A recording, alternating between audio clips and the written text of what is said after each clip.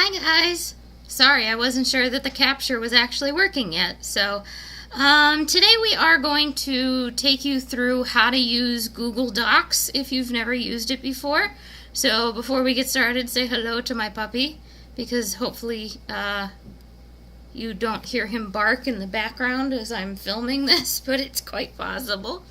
So Google Docs is it's something that if you were with me in person, we already went over.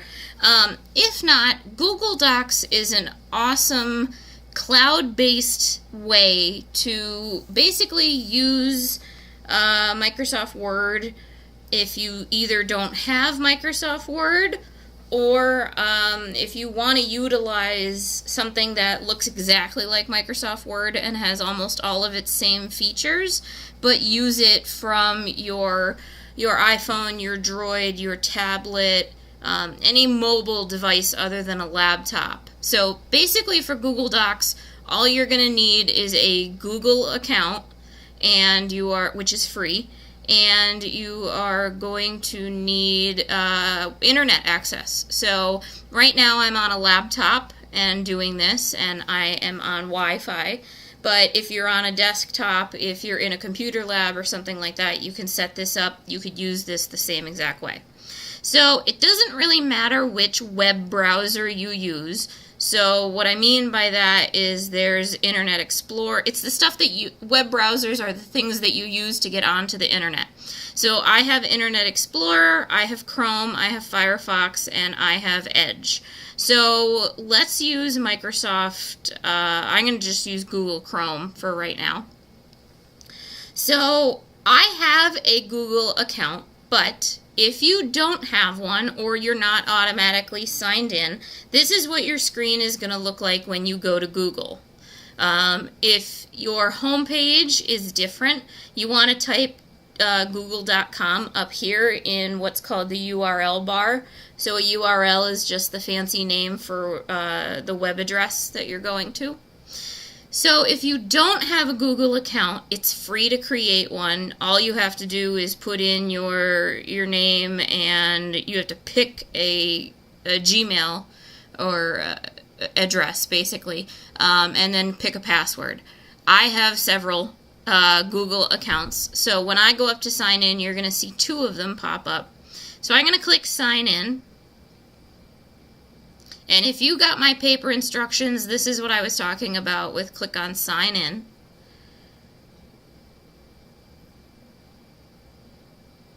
Okay, so you see right now I have two Google accounts. So I'm going to sign into this one.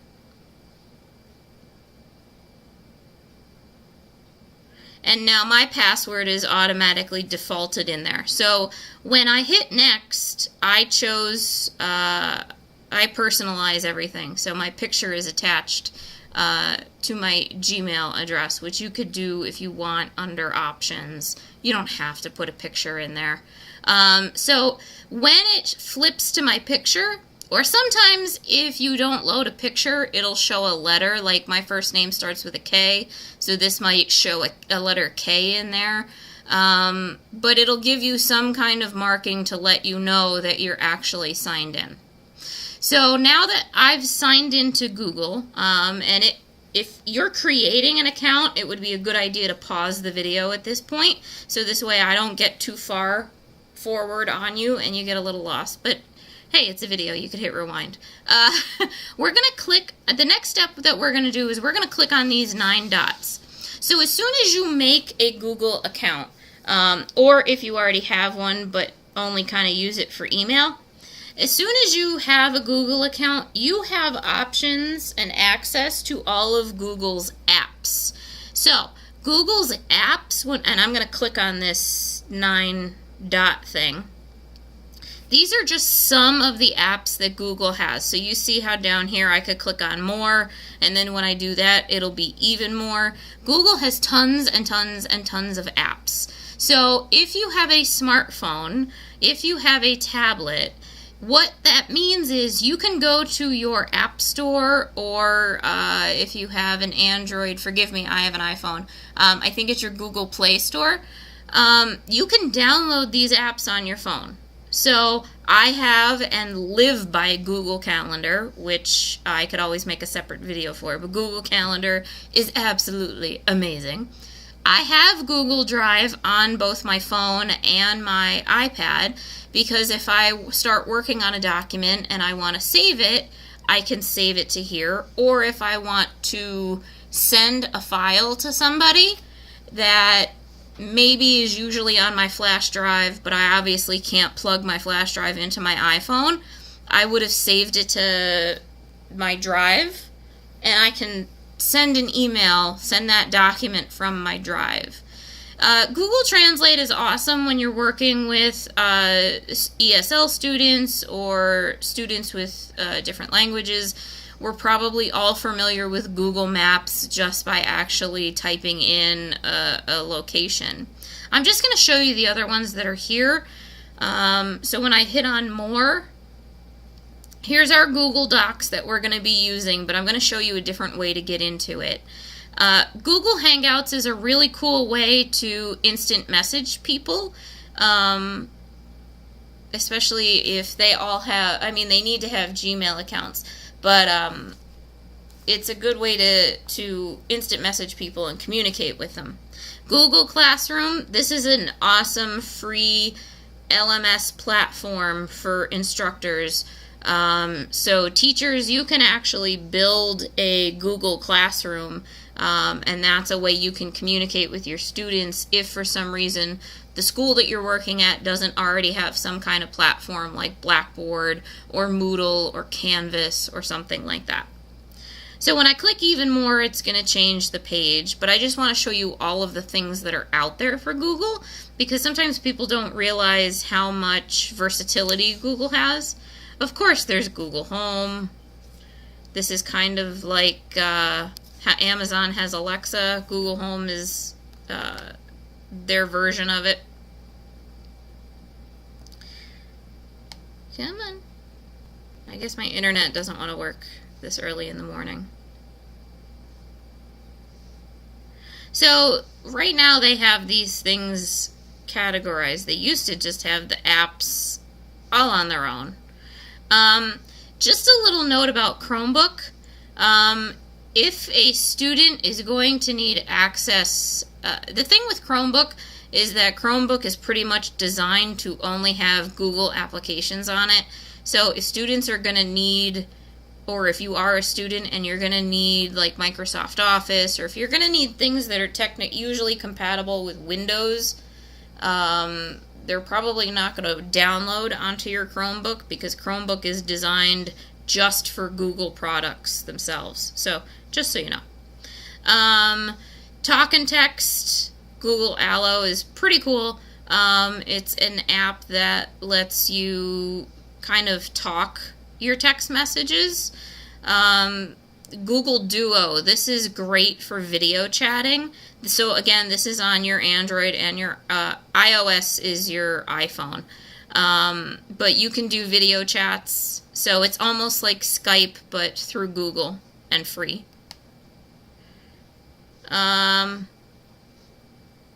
This is Google Calendar, the most beautiful thing in the world. But anyway, let's get back to what we're actually trying to accomplish today. So I'm just going to back out to where I was. Giving a tour of Google can last forever. So anyway, I'm going to click back on these 9 dots, and I'm going to click on Drive. When I do this, you're going to see all of the documents that I have in here already. So this is almost like a portable internet-based flash drive, if that's something that you can mentally relate to. And I have a lot of files, so it's going to take a couple seconds.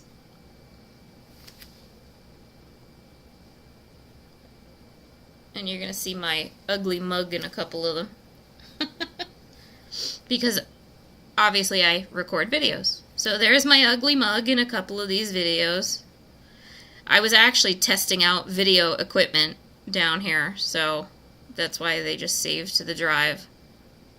So some things that I have saved in here is my CV and my list of references, because sometimes if I'm on my phone, or if I'm on a different laptop or something like that than this one, and I want to apply for a job, let's say, I want to upload my resume, but I don't have a USB port to plug my flash drive in. So I can upload it from Google Drive or from quote-unquote the cloud. Other things that I have on here are for my current students. So one thing that Blackboard has is a really cool instant messaging capability called Blackboard IM. So this is a document that my students always text me and go, wait, how do I download that again? And I created instructions so I can text this to them from Google Drive without needing a USB or anything like that. This was a classroom observation that I did for an instructor. There's the instructor there, and I'm sitting in the back corner, and I videotaped it so that this way she could look at her, she could watch herself. So the file was so big that I put it on Google Drive. And this is a video of my father playing bass in his band. This is a video of me teaching fractions. This is my homemade googly eye nail polish at Halloween, working through mixed fractions for a student. So you can put PDFs on here. You can do Excel. So this is an Excel spreadsheet. You can do Word documents. So this is, you probably recognize this as your Excel icon. Anything that looks like this means it's a video. And the W means Word. So even in here, and if it has the little W, it means that you uploaded it. So you already had the Word file saved somewhere else, and then you wanted to upload it onto Google Drive. So I usually do that quite a bit. This is one that I actually made in Google Docs itself. And that's the same thing with this. So this I actually made in Microsoft Excel, and I imported it. Whereas this one, because the symbol looks a little different, I actually made it right in Google Drive. So just to kind of show you what those icons mean so you're not lost. So what we're going to do is to create a new document. The ones that you use the most are just going to pop up at the top, that's all. We're going to go to New. Now you can organize all of your stuff through folders, and that's fine. Here is where you can upload files. Like I said, if you make the file, like I made my resume or my CV in Microsoft Word, but then I uploaded it on here, this is how you would do it. But Google Docs is right down here. So we're going to scroll down, we're going to click on the little arrow, and we want to create a blank document. So we're going to click on that. A new tab is going to open, so you still have access to go back to Google Drive, and when this opens, it will literally look like a Word document. So it shouldn't be too intimidating, especially if you've seen Microsoft Word before. If you've never seen Word or anything like that, don't let this look intimidating because you're going to be absolutely fine. That's why I'm walking you through it. I'm just waiting for everything to load. Okay, so usually the first thing that I do is go up to the upper left-hand corner. Where it says Untitled Document, you see the little box that just appeared? I click in there, and this is where you name your document.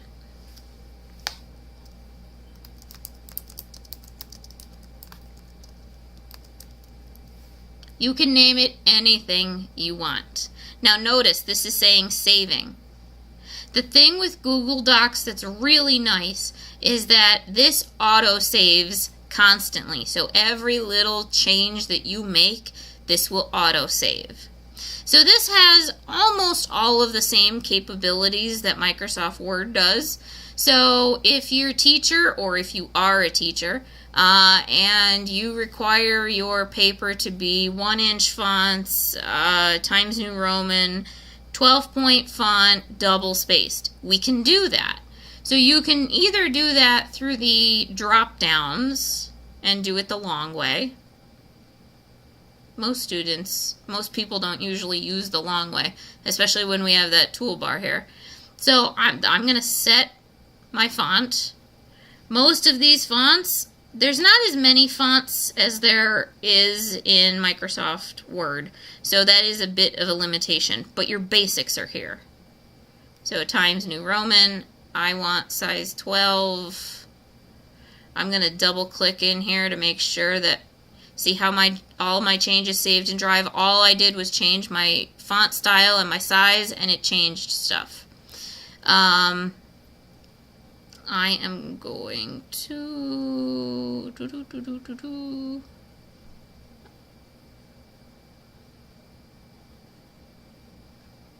show ruler. Good. Okay.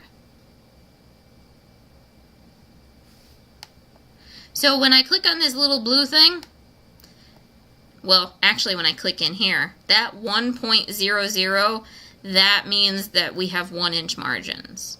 So it's a little different than in Microsoft Word, because usually wherever the gray spot is, you can double click and that's how you change your margins. In this case, the arrow that's going left to right, you would actually just click and drag to change your margins. So the margins are set, but we want this double spaced. So you could either go to Format and Line Spacing if you want, and click double, though in Microsoft Word it's 2.0. Or I could go here to the shortcut, and I want double. Now this, see how it says saving right there? I'm sorry, I pointed with my finger and realized that you can't see my finger. These two options are the same as they are in Microsoft Word. Remember, you want them both to start with the word add. If one of them starts with the word remove, then what you're actually doing is not only double spacing, but then adding extra space. So we don't want to do that. So if it says remove, click on it, and then the menu will disappear, and then just reopen it and make sure they both start with the word add. Because I've caught a lot of my own students who don't realize these things are issues. Now, if you're a student and if you're working in APA style and you need to do headers and footers, headers, we would go to Insert. And these are all of the same things to an extent that Word can do. So here is where header and page number is. Now be careful, because footnote is different than footer. So you would want header and page number because the footer is listed underneath that. This stuff next to it, Control, Alt, 0, those are the keyboard shortcuts in case that's something that you want to use. I don't want to do any of that stuff right now. If you're a math instructor or if you're working on something in math, you can add equations in here just like you can in Microsoft Word. If you had no idea that you could add equations in Microsoft Word, you actually can. And these are your special characters, like your infinity symbol. Some people use the squares, or if they need a letter that has an umlaut, which is the 2 dots above it. So basically you have the same stuff. You can insert a chart, you can insert any kind of graph that you need, or an image that you have saved from somewhere. One of the cool things with Google Docs is because you're doing this on the internet already, you can search the web for a picture. So a lot of the times what I do personally is I go to Google Images, I find the picture, I save it to my desktop, then I import it. This would skip that entire step, and I would just go right to the web. You can actually upload other pictures that you have saved on Drive or on Google Photos, which is pretty cool. So if you have your phone syncing, or if you're saving your pictures to Google Photos, it's all right here. So these are actually capabilities that Microsoft Word can't do. Word is always upload from a source. Or they do have online pictures, but the connection takes quite a bit longer. Okay, so I'm going to just type some stuff.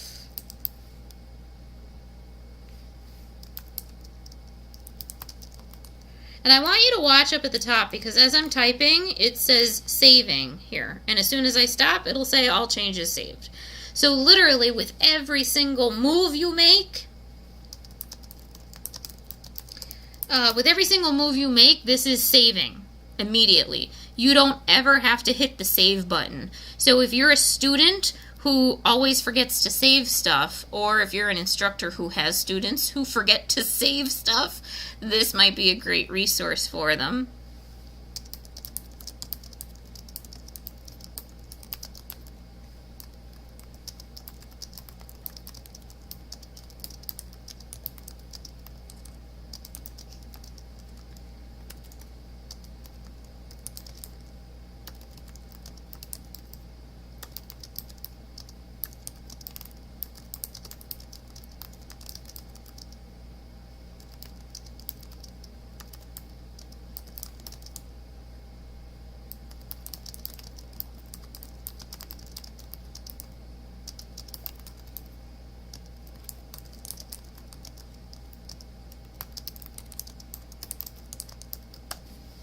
Okay, so it's saving, all changes saved in Drive. Now I have a word spelled wrong, so just like in Microsoft Word, this does spell check.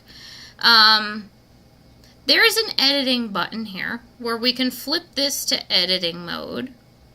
You can edit. So the idea behind Google Docs, essentially, aside from just one person using it on their own, is to actually share the document. So I'm going to go to share.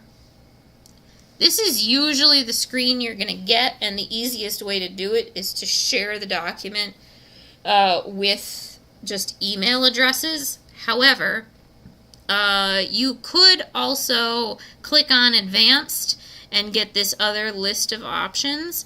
Now, when you put people's email addresses in here, or their names if they are already Google people, you need to pick what they're allowed to do. So if you're working on a group project and you want someone to be able to come in here and edit the document with you and everything, don't click on can view, because then they're stuck, they can't do anything. So can edit is probably the best. Edit has the most capability. Comment means they can just go in and look at it and just make suggestions, but they can't actually fix anything. So I'm going to actually put my other email, my other Google account in here, and I'm going to share this with myself. So now, before this had a little lock on it, and if you didn't see that, because I'm sorry I didn't point it out, if you want to look at it, just rewind this a little bit. But now when I roll over this, it says shared with one person. So I'm going to take a minute and go back to Google, and I'm going to sign in with my other account so I could basically be in this document with myself. First time for everything. It's a little weird. But I don't have anybody sitting in front of me or with me. I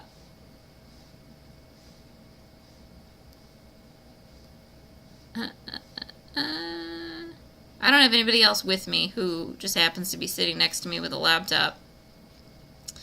And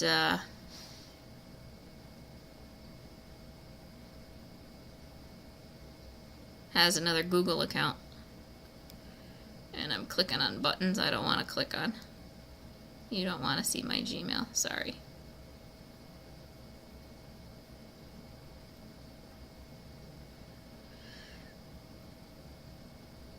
Please hold for not technical difficulty, but just technical purposes. Talk amongst yourselves. Enjoy whatever cup of tea you're drinking. Put me on pause. Silence me. Alright, so this is my other account that I am going to sign into.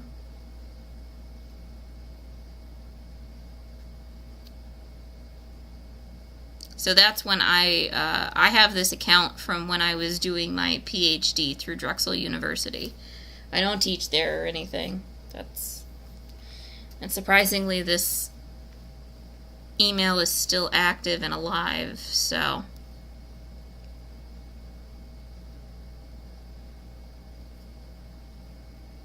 Okay, so now I'm going to go to Google Drive because someone, me, shared a file with me. So when you create a document in Google Drive, I'm just going to flip back. When you create a document, you click, it's going to show up in My Drive. So these are all of the documents that I have created in here. This is the document right here that we are working on right now. Document for video. So because I made it, it shows up here. Now when I log into Google Drive on my other Google account, I'm not going to click on the same button. So because Gmail me shared this file with Drexel me, it's going to show up under the Shared With Me area of Google Drive. And I've actually never tried this where I shared a file with myself and then logged in. So I hope it works, but I want you to be able to see how more than one person... The idea behind this is that when you share this document with somebody, more than one person can be in this document at the same exact time, and you can both be working together. The other thing, and you'll know that more than one person is in here because the other person's like either their face or something will pop up over here to let you know that someone else is in the document. This is kind of your chat window.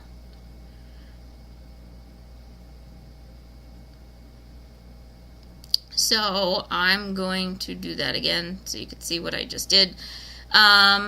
So I'm in the chat window, but I'm in here by myself right now because my other account is taking forever to load. So let's say I know that this word is spelled wrong and I want to let the other person know. I'm going to click on this, and there's no list of a conversation yet because nobody else has signed into it. But I want to comment and let them know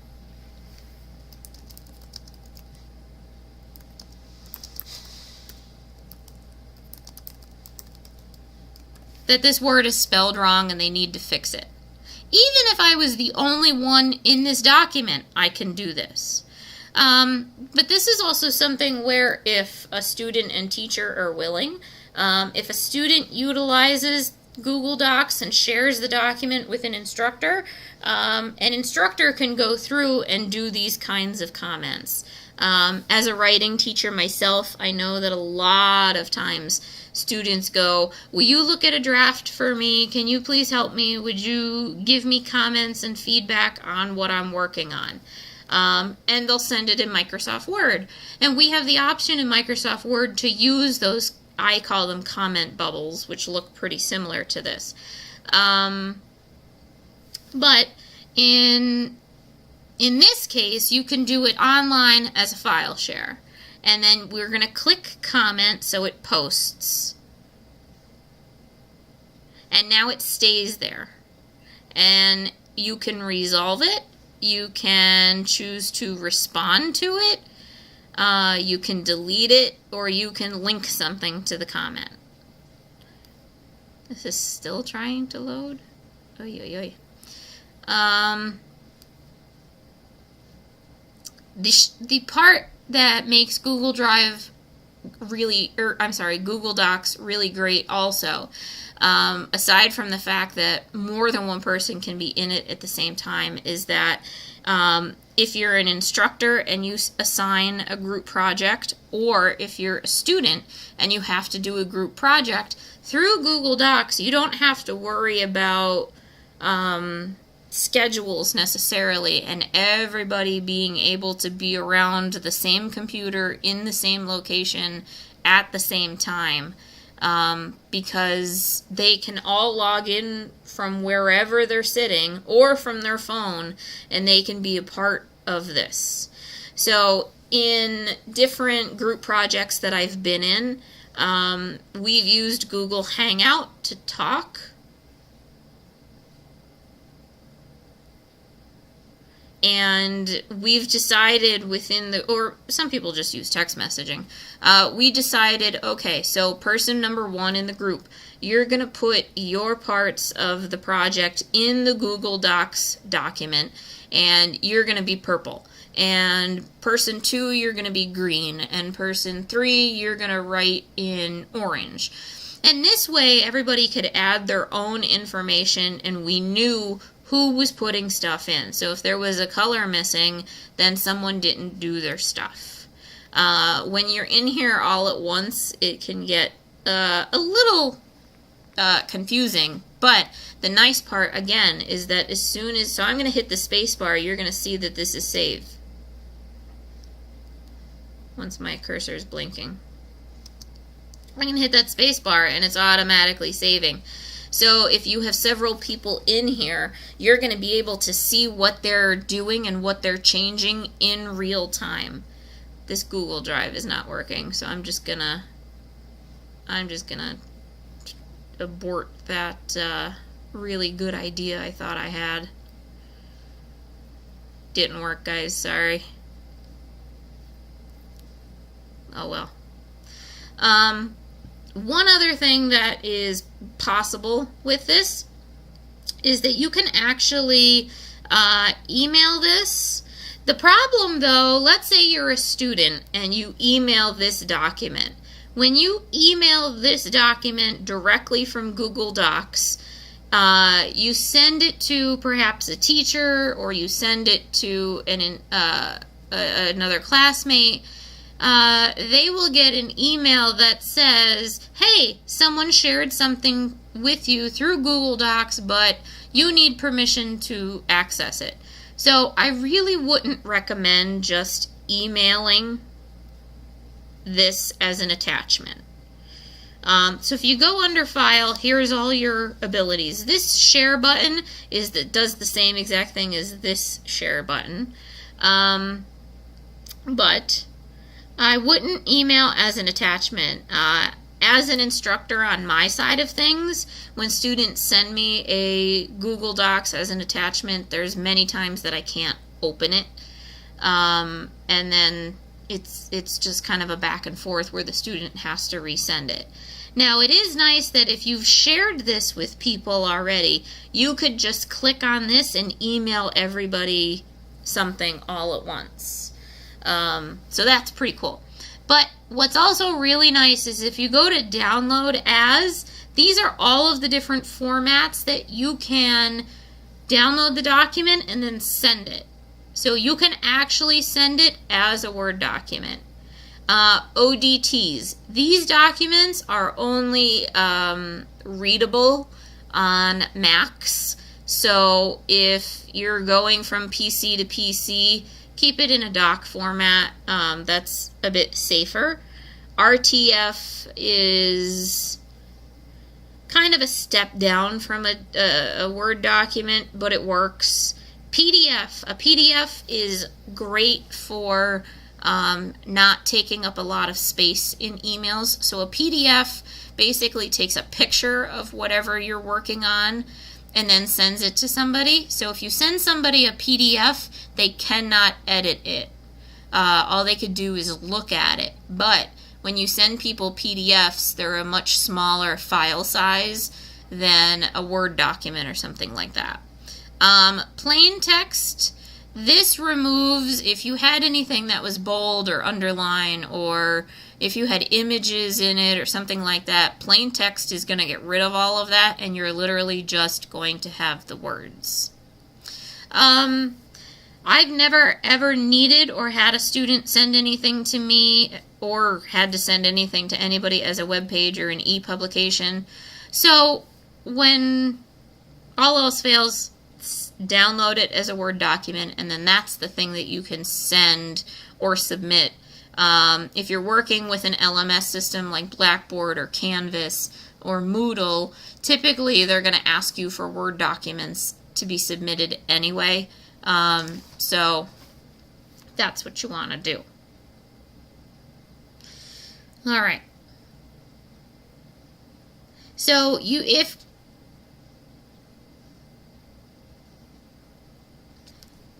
all of a sudden things are gone, your file, your edit, your view, your insert, things like that. If for some reason your Google Docs opens this way, all you have to do is come over to the right hand corner and click on the down arrow, and all of those things will show up again. So that's the only thing that happened. This little folder you can move this to different spots. So if you have different folders within Google Drive, you can do that. So I have one folder in Google Drive called Classroom. So I can move it to Classroom if I wanted. If you don't, it'll just stay as one of the list of things that you have in there. So I'm going to close this document. When I go to my drive, here it is, and it's got this icon because I made it right here in Google Docs, and you can see that those 3 lines that I typed are in here. If I want to reopen the document, all I have to do is double click on it.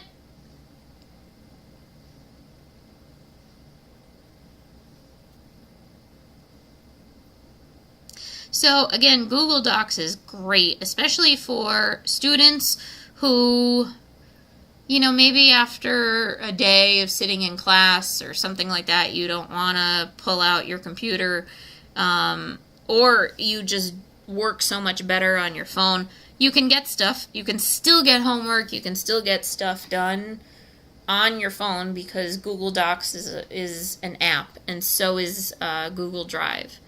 This hasn't fully loaded yet. That's why the share is still gray. So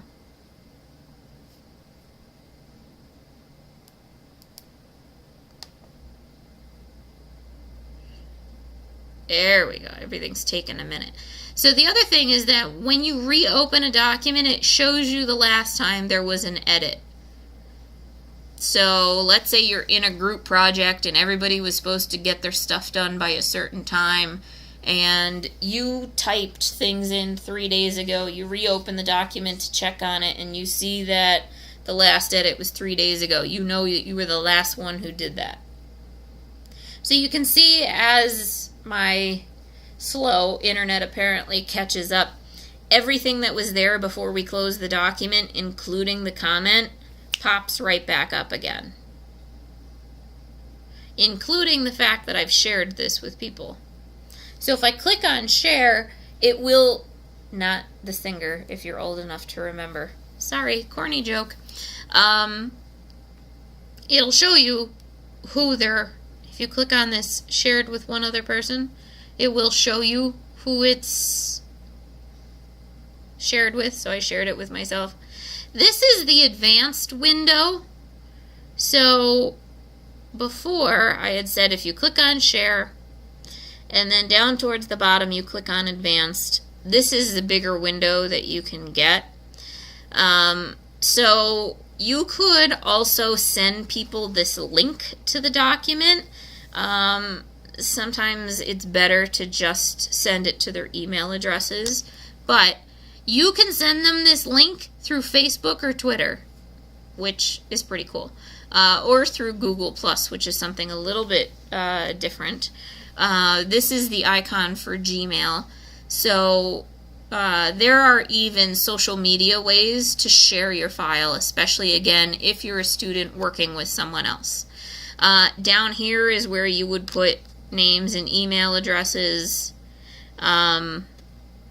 These are your options. So if you're the one who created the document, these are your options to decide if you want to prevent people from changing and adding other people.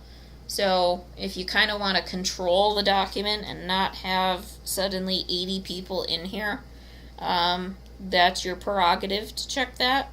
And then you can prevent people from printing this and downloading it as well. So you kind of have a little bit more control over the document because you're the one who initially created it. So those are what your advanced features show. So that's why it shows me as owner. So that gives me these options. Anybody else who would go into this document won't get these options.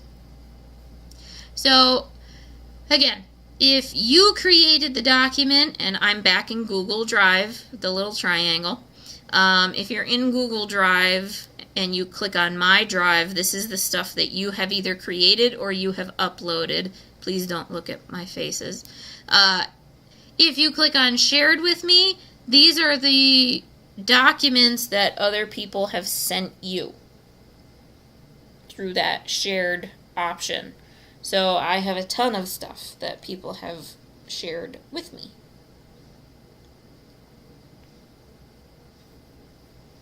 And again, because of this icon, that means that they were made in Google Docs.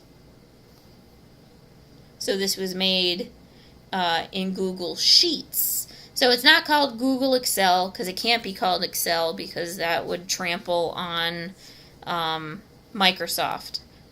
The other thing, though, just in case, even though it's not what this is about, and we're just focusing on Google Docs, I wanted to just explain what some of these things are. So Google Sheets is Google's version of Microsoft Excel. Google Slides is Google's version of PowerPoint.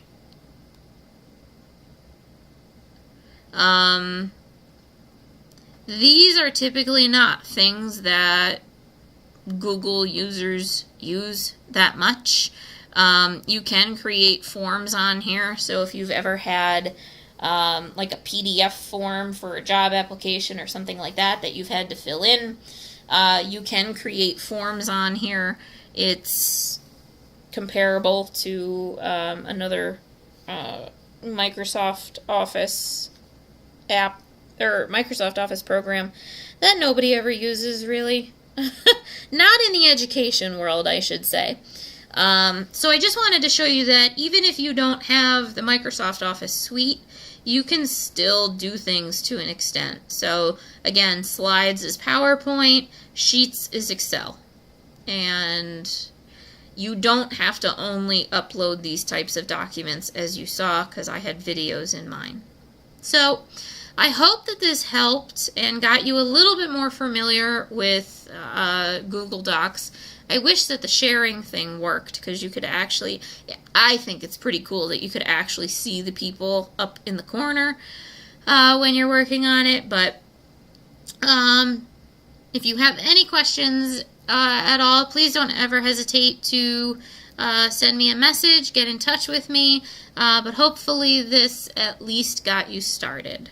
And again, if you have smart devices, all of the Google apps, Calendar, Sheets, Slides, Docs, Drive, all of them that we've talked about are free to download. There's no cost at all to download the app. Alright, so hope everything went well. Sorry that I talked so much, but I wanted you to try and see everything that you could. And thanks for hanging out with me if you're still at the end of this. Talk to you later. Bye.